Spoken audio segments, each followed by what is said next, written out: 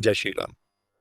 आज की वीडियो आज्ञा चक्र किस तरीके से हम जागृत कर सकते हैं उसके ऊपर है। हमारा आज्ञा चक्र, हम मनुष्य के शरीर में ये जो कुंडलिनी चक्र स्थित है ना, उसका छठा मूल चक्र है, मेन चक्र। ये जो आज्ञा चक्र है ये हमारे मस्तिष्क के मध्य में, ये जो भौहें हैं हमारी आईब्रोज, इनके बीच में स्थित होता है और इसी कारण से इसको तीसरा नेत्र भी कहते हैं। ये हमारा चक्र जो है ये स्पष्टता और बुद्धि का केंद्र है। और अगर मैं आपको एक बात बताऊं कि ये हम मानव और देवी चेतना के बीच में एक सीमा निर्धारित कर देता है। ये तीन प्रमुख नाड़ियों से बना हुआ है, ईड़ा, पिंगला और सुषुम्ना। ईड़ा चंद्र नाड़ी, पिंगला सूर्य नाड़ी और सुषुम्ना हमारी केंद्रीय नाड़ी, इनके मिलने का स्थान है ये। जब इन तीन नाड़ियों की ऊर्जा यहाँ मिलती है और आगे उठती है, तब हमें समाधि या फिर कह लो कि सर्वोच्च चेतना प्राप्त होती है। आज्ञा चक्र दो पंखुड़ियों वाला एक कमल है, जो इस बात को भी दर्शाता है कि चेतना के इस स्तर पर केवल दो ही आत्माएं हैं, एक तो हम स्वयं आत्मा और एक परमात्मा। सामान्य तौर पर जिस व्यक्ति की ऊर्जा यहाँ ज्यादा सक्रिय है, यहाँ पर ज्यादा उसको महसूस होती है ऊर्जा, ऐसा व्यक्ति बौद्धिक रूप से संपन्न, संवेदनशील और तेज दिमाग का बन जाता है। लेकिन वह सब कुछ जानने के बावजूद मौन हो जाता है। आपने बहुत से संत देखे होंगे जो शांत ही रहते हैं, ज्यादा बोलते नहीं हैं। जैसे एक नाम अगर मैं आपको बताऊं, जिन्होंने अभी देह त्यागा है, हमारे सबके पूजनीय सियाराम बाबा। और ऐसे ना जाने कितने ही संत हैं जो सब कुछ जानते हुए शांत हो जाते हैं। और सब कुछ जानते हुए भी चुप रहने को ही बौद्धिक सिद्धि कहा जाता है। अगर आपकी ऊर्जा आज्ञा में सक्रिय है या आप आज्ञा तक पहुंच गए हैं, तो इसका मतलब यह है कि बौद्धिक स्तर पर आपने सिद्धि पा ली है। बौद्धिक सिद्धि आपको शांति देती है। आपके अनुभव में चाहे भले ही वास्तविकता ना हो, लेकिन जो बौद्धिक सिद्धि आपको हासिल हुई है वह आप में एक स्थिरता और शांति लेकर आती है। आपके आसपास चाहे कुछ भी हो रहा हो या कैसी भी परिस्थितियां हो, उससे आपको कोई फर्क नहीं पड़ेगा। ईड़ा नाड़ी को गंगा और पिंगला नाड़ी को यमुना कहते हैं। और इन दोनों नाड़ियों के बीच बहने वाली जो सुषुम्ना नाड़ी है उसको सरस्वती कहते हैं। ये तीनों नदियां जो हमारे भारत में मौजूद हैं, ये वही नाड़ियां हैं। और जब इन तीनों नदियों का मिलन होता है तो इन तीनों नाड़ियों को जो केंद्र जब ये मिलती हैं तो इसको त्रिवेणी कहते हैं। ठीक है। तो ये नदियों की ही बात हमारे जो है शरीर में, आपने, मैं आपको एक बात बताता हूँ, जो बाहर इस सृष्टि में आप देखते हैं वही हमारे शरीर के अंदर भी मौजूद है।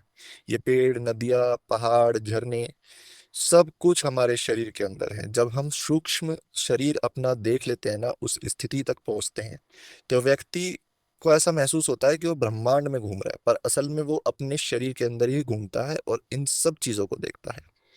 तो ये नदियां भी हमारे शरीर के अंदर ही हैं, जो सूक्ष्म शरीर से हम देखते हैं। तो ये जो त्रिवेणी घाट है, यानी त्रिवेणी का जो ये मिलन है इन नदियों का, ये सुषुम्ना नाड़ी है। जब तीनों वो मिलती हैं तो अपने मन को इस त्रिवेणी में जो स्नान कराता है, अर्थात इस चक्र पर ध्यान करता है, उसके सभी पाप नष्ट होते हैं। आज्ञा चक्र मन और बुद्धि का मिलन स्थान है। सुषुम्ना मार्ग से आती हुई ये जो कुंडलिनी शक्ति का अनुभव योगी को होता है, वो यही आज्ञा चक्र में होता है। योग अभ्यास और गुरु की सहायता से साधक कुंडलिनी शक्ति के आज्ञा चक्र में प्रवेश करता है और फिर वह कुंडलिनी शक्ति को सहस्त्रार चक्र में विलीन कराकर दिव्य ज्ञान या परमात्मा तत्व को प्राप्त करके मोक्ष को प्राप्त होता है। तथा इस चक्र को जागृत करने के लिए ओम मंत्र का जाप करते हुए वह साधक जो है ध्यान लगाता है। अब आज्ञा चक्र जागृत करने के लिए ये भी जानना जरूरी है कि योगासन भी बहुत ज्यादा इंपॉर्टेंट रोल प्ले करते हैं। आपका भूमिपाद मस्तक अभिषेक आसन हो गया, शशांक आसन हो गया, सिर आसन हो गया, नाद संचालन, ये भी बहुत महत्वपूर्ण है। फिर ध्वनि व्यायाम से भी आज्ञा चक्र को जागृत करने में सहायता मिलती है। भ्रामरी करते हुए ओम का गायन कर सकता है एक साधक। कपाल भाती हेल्प करती है। तो ये जो प्राणायाम और योग आसन है, ये जो मैंने अभी बताए हैं, ये आज्ञा चक्र पर बहुत अच्छा कार्य करती हैं। जब ये सब बातें हो ही रही हैं तो आज्ञा चक्र जागृत करने की विधि भी साथ में हम थोड़ी समझ लेते हैं। किसी शांत एकांत कमरे में या स्थान पर आपको पालती करके बैठ जाना है। मेरुदंड सीधा रखना है, बिल्कुल अपनी कमर जो है बिल्कुल सीधी रखनी है और दोनों आंखें बंद कर लेनी।